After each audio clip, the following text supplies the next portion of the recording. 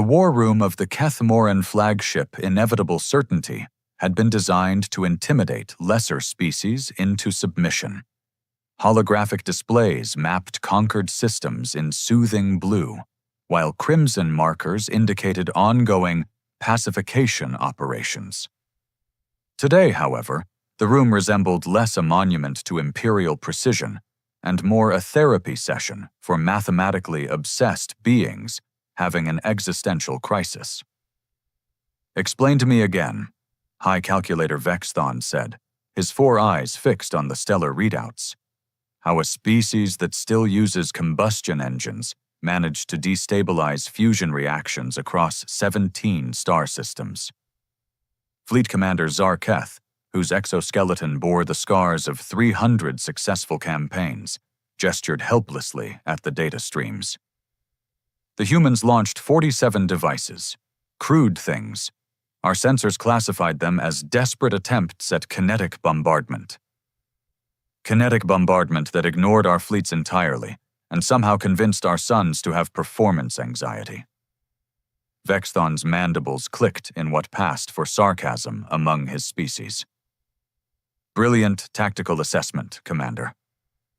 The room's other occupants, a collection of Kethmoran military and scientific elite who had never encountered a problem that couldn't be solved with sufficient computational power, watched their displays with the stunned expression of beings whose entire worldview had just been fed through a garbage disposal.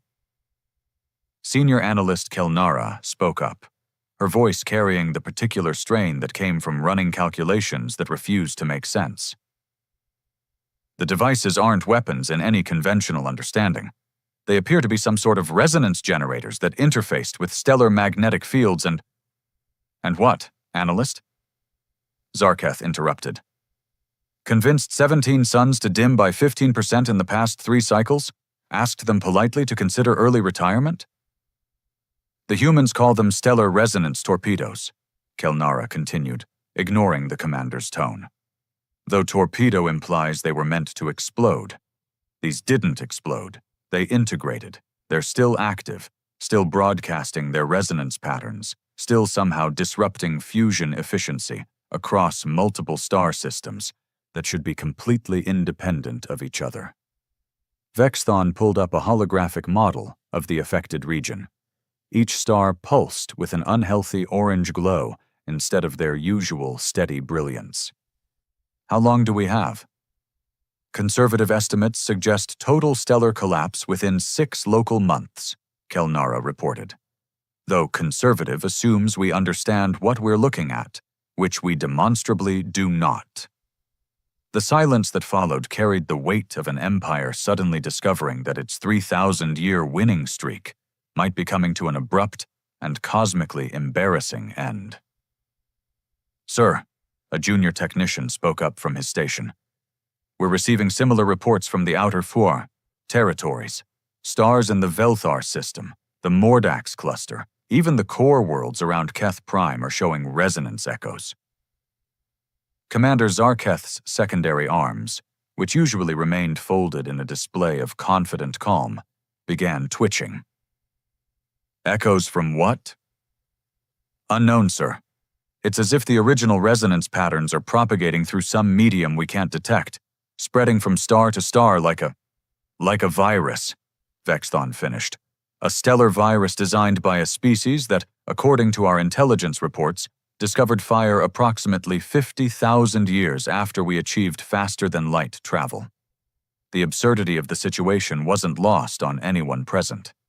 The Kethmoran Empire prided itself on being the galaxy's foremost practitioners of applied xenology.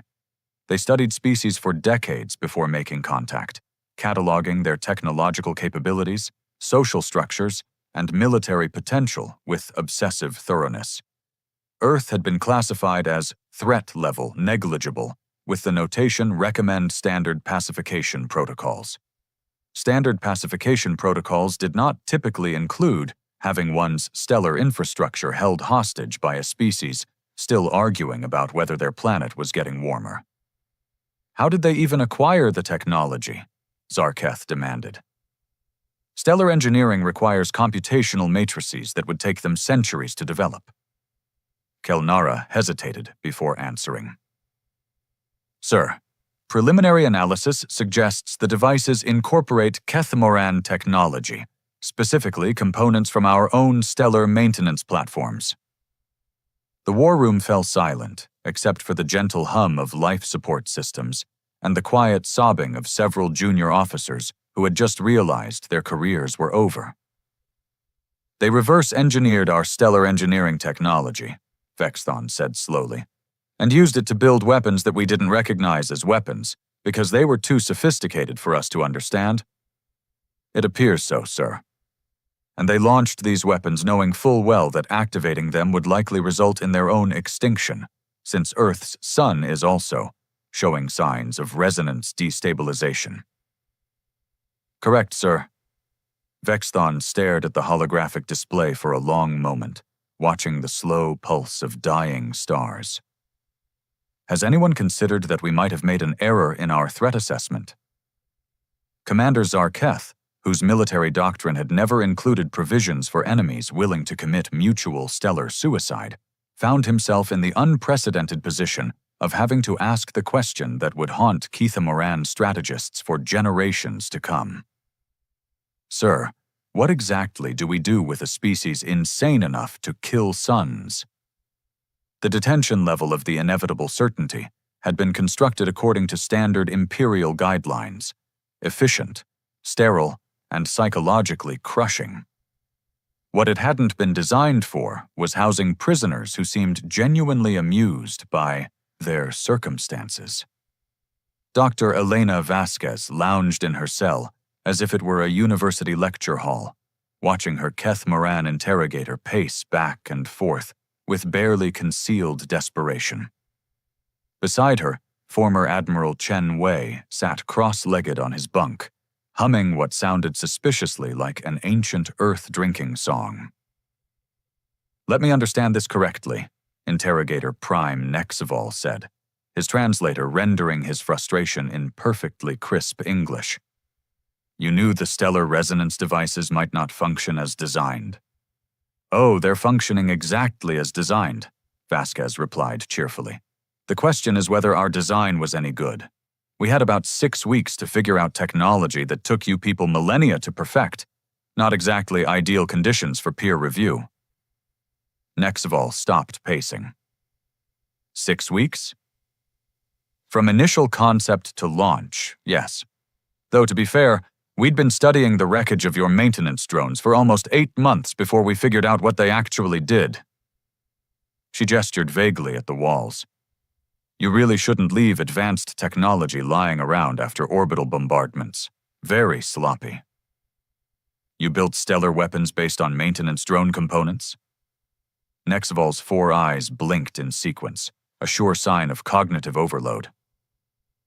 Without testing? Without proper mathematical modeling? Admiral Chen looked up from his humming. Testing would have required a spare star system, bit of a luxury item during an extinction event. But the computational requirements alone. We used every quantum computer on the planet, Vasquez interrupted, plus a few thousand gaming rigs and about 12 million smartphones, distributed processing at its finest, though I suspect your species doesn't have a cultural concept for crowd-sourced astrophysics. Nexval consulted his datapad, clearly struggling with information that violated every protocol in the Keth-Moran handbook. Your files indicate the project had a 37% probability of success. 37.4, Chen corrected. We were very precise about our imprecision. And you proceeded anyway? Seemed better than 0%, Vasquez said with a shrug, which was roughly our survival rate under your previous plan. The interrogator's mandibles clicked rapidly, a nervous habit that his species had tried to breed out of their diplomatic corps for exactly this reason. This is incomprehensible. No rational civilization would stake everything on such uncertain odds. Lucky for us, we're not particularly rational, Chen observed. Rationality is what got you into this mess in the first place. You calculated that we were harmless. Therefore, we must be harmless. Very logical, also spectacularly wrong. Nexval activated a holographic display showing the current stellar degradation patterns. Do you comprehend what you've done? 17 star systems are dying. Trillions of beings face extinction. Funny thing about extinction, Vasquez mused. It really clarifies your priorities. You start asking different questions. Like, instead of, what are the odds of success? You start wondering, what happens if we don't try? But the mathematics said we were already dead, Chen cut him off. Your orbital platforms had sterilized 60% of our surface. Your ground forces were systematically eliminating population centers. Mathematics suggested our species had maybe 3 months left. So we stopped doing math and started doing desperation. Nexval stared at the humans as if they were exotic specimens that had somehow learned to speak. You gambled the lives of trillions on desperation? No, Vasquez said, her tone shifting to something colder. You gambled the lives of trillions when you decided to wipe out our species. We just changed the stakes. The silence stretched uncomfortably until Chen resumed his humming, apparently finding the interrogation less pressing than whatever song was stuck in his head. There must be a way to reverse the process, Nexval said eventually. The resonance patterns, the stellar integration, surely the same technology could be used to stabilize fusion reactions instead of disrupting them. Vasquez exchanged a look with Chen. Well, yes. Theoretically. Theoretically? The devices would need to be manually recalibrated, Chen explained. Each one, individually, while maintaining precise synchronization across multiple star systems. Oh, and the recalibration process requires direct neural interface with the resonance matrix. Direct neural interface with stellar plasma, Vasquez added helpfully. Just to be completely accurate about the technical requirements. Nexval's translator struggled for a moment before producing what might have been either a curse or a prayer in his native tongue. That would be fatal. Extremely fatal, Chen agreed. Essentially, you'd need volunteers willing to pilot ships into the heart of dying stars and become permanently integrated with stellar cores. Not exactly a recruitment poster career opportunity. The interrogator processed this information with the expression of someone who had just realized that salvation required the cooperation of the very beings his empire was attempting to exterminate. Would your species consider such a mission? Vasquez smiled with the particular satisfaction of someone who had just heard exactly the question she'd been waiting for. Why, Interrogator Prime Nexval, are you asking us for help? The Grand Assembly Chamber aboard the Inevitable Certainty had hosted the surrender ceremonies of 43 different species. Today, it was witnessing something unprecedented. The most powerful military force in the galaxy, preparing to negotiate with prisoners they'd been systematically killing for the past 4 months. High Calculator Vexthon stood at the central podium, addressing a holographic conference that included representatives from every major power in the affected regions. The irony wasn't subtle.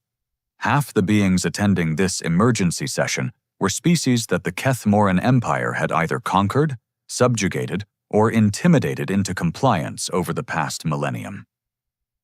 The situation is deteriorating faster than our models predicted, Vexthon announced to the assembled delegates. Stellar degradation has now reached cascade failure points in 22 systems.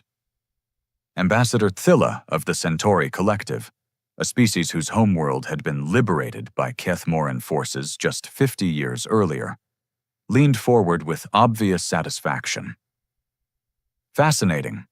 And you're certain this was caused by the humans? Absolutely certain, Fleet Commander Zarketh replied through gritted mandibles. Though caused might not be the appropriate term. Orchestrated seems more accurate. By a pre-interstellar species, added Representative Kolvar from the Outer Rim territories, his species' traditional enemies of the Kethmoran Empire. who, according to your previous reports, were too primitive to pose any meaningful threat. The Kethamoran delegation endured this particular humiliation with the stoic grace of beings who had recently discovered that their reputation for infallible strategic planning had some significant gaps. The technical details are irrelevant, Vexthon said, attempting to regain control of the conversation. What matters is that the humans claim they can reverse the process. Claim? Thilla's equivalent of an eyebrow raised. You don't sound convinced. The reversal procedure requires… Zarketh paused, clearly struggling with the words. It requires pilot crews to manually interface with each resonance device while embedded in stellar cores.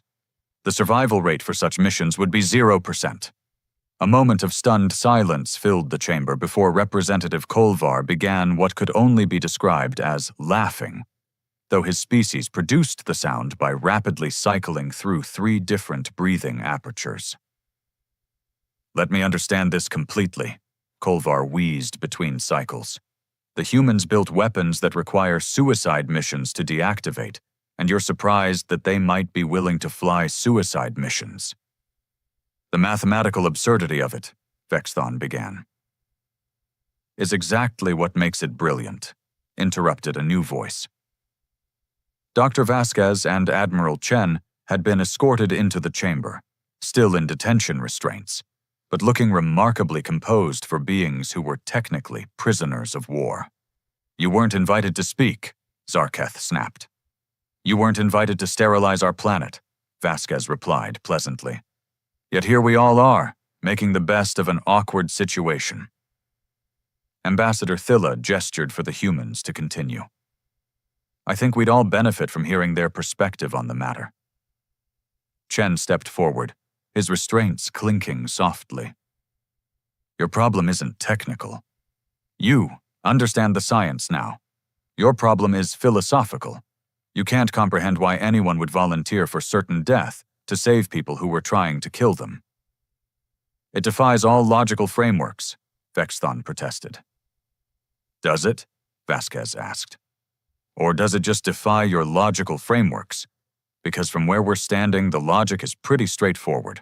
We're already dying. You've made sure of that. But dying while saving star systems full of innocent civilians? That's what we call going out with style. Representative Kolvar leaned back in his environmental suit. How many volunteers would you need? 47, Chen replied immediately. 1 for each device. Though honestly, we'd probably get more volunteers than we need.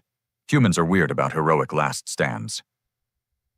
The chamber fell quiet as the assembled delegates processed this information. The Kethamoran Empire, which had spent 3 millennia perfecting the art of calculated conquest, was being offered salvation by the very species they'd been exterminating. And the offer came with a casualty rate that would make their own military strategists resign in protest. What assurances do we have that this isn't some elaborate revenge plot? Zarketh demanded. How do we know you won't simply make the situation worse? Vasquez smiled with the particular warmth usually reserved for explaining simple concepts to small children. Commander, our entire planet is currently being reduced to radioactive slag by your orbital platforms. Our species is facing extinction whether we help you or not. If this was about revenge, we'd just sit back and watch your sons die while we enjoy our remaining weeks of existence. Then why help at all? Thilla asked. Because spite is boring, Chen said. And because saving 17 star systems seems like a better legacy than being remembered as the species that accidentally broke stellar physics out of sheer bloody-mindedness. The holographic displays around the chamber continued their quiet documentation of stellar decay. Each flickering sun a reminder that philosophical debates had expiration dates. High Calculator Vexthon straightened his ceremonial robes and asked the question that would fundamentally reshape galactic politics for the next 1,000 years. What are your terms? 6 months later, the memorial walls on New Geneva Station bore 47 names written in languages from across the galaxy. Each inscription told the same story in different words. Someone had volunteered to become permanently integrated with stellar cores to save worlds they'd never seen, populated by species they'd never met. The irony wasn't lost on anyone that humanity's memorial station orbited a planet that no longer existed. Captain Rivera stood before the memorial, her new insignia marking her as Director of Interstellar Stellar Operations, a position that hadn't existed before humans proved that certain kinds of madness could be weaponized.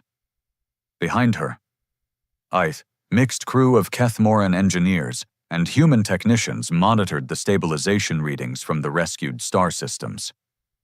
"Final report from the Velthar system," announced Technician Okafor, his voice carrying the particular exhaustion that came from coordinating miracle operations. "Fusion stability restored to 96% nominal. Core integration successful." "That's all of them," Rivera said quietly. 47 systems stabilized. 47 pilots who aren't coming home.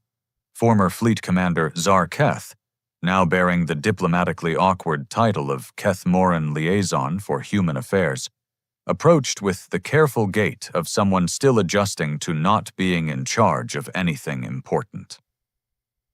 "The Empire's debt to your species can't be paid," Rivera interrupted, which was rather the point.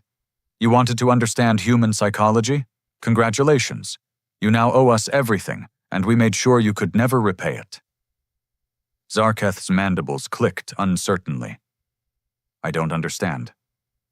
"Of course you don't. That's why you're in this position." Rivera turned from the memorial to face him. "Your species thinks in terms of calculated exchanges. Resource for resource, service for service, territory for technology. But 47 people just became permanent residents of stellar cores to save your civilization. How exactly do you calculate the exchange rate on that?" The question hung in the recycled air of the station, while automated systems quietly tracked the pulse patterns of distant suns that now carried human consciousness in their hearts. "The galactic response has been interesting," Zarketh offered, clearly struggling to find safer conversational ground. Interesting was diplomatic understatement. 3 species had formally requested human military advisors. 7 more had opened cultural exchange programs.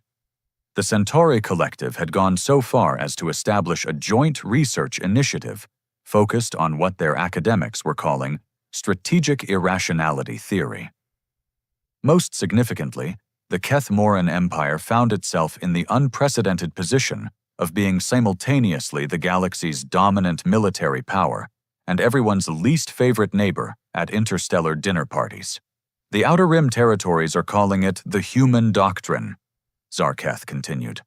"The concept that any species willing to commit stellar suicide for tactical advantage should be approached with extreme caution and possibly flowers." Rivera actually smiled at that. "Flowers?" Ambassador Thilla's suggestion. Her reasoning was that beings capable of weaponizing star systems probably have unconventional criteria for determining friend from foe. "Smart woman, how's recruitment going for the new Stellar Guard Corps?" Zarketh consulted his datapad with obvious reluctance. "We've received over 50,000 applications from 37 different species, all requesting assignment to ships crewed by humans. Because everyone wants to serve alongside the species crazy enough to kill suns? Because everyone wants to be certain they're not on the opposite side if you decide to kill more suns." The conversation was interrupted by a soft chime from the memorial wall. Each name briefly pulsed with bioluminescent text as the integrated consciousness of former Lieutenant Marcus Webb transmitted his daily status report from the core of what had once been a dying star in the Kethmoran home system. "Still conscious," Rivera read aloud. "Stellar fusion patterns optimal. Send coffee." "He requests coffee every day," Zarketh observed. "We've explained repeatedly that the delivery challenges are insurmountable. He knows that. It's called humor. Another human concept your empire might want to study. They stood in comfortable silence, watching the distant stars through the station's observation ports. Some of those points of light now contained human minds, keeping ancient fusion reactions stable through sheer force of will and the kind of stubborn determination that had once convinced an entire species to build weapons they couldn't properly test. "Captain Rivera," Zarketh said eventually, "may I ask you a personal question?" "Shoot." "Do you believe your species would do this again, if faced with similar circumstances?" Rivera considered the question seriously, her gaze drifting across the memorial names. "Commander, you spent 4 months systematically exterminating us, and we responded by saving your entire civilization at the cost of our best people. What do you think?" Zarketh processed this for a moment before asking the follow-up question that had been keeping Kethmaran strategists awake at night. "Then what should we do with the species that treats stellar manipulation as a routine diplomatic option?" Rivera's smile carried the weight of someone who had just realized that her species had accidentally revolutionized galactic politics by being too stubborn to die quietly. "Probably shouldn't have tried to conquer us in the first place,"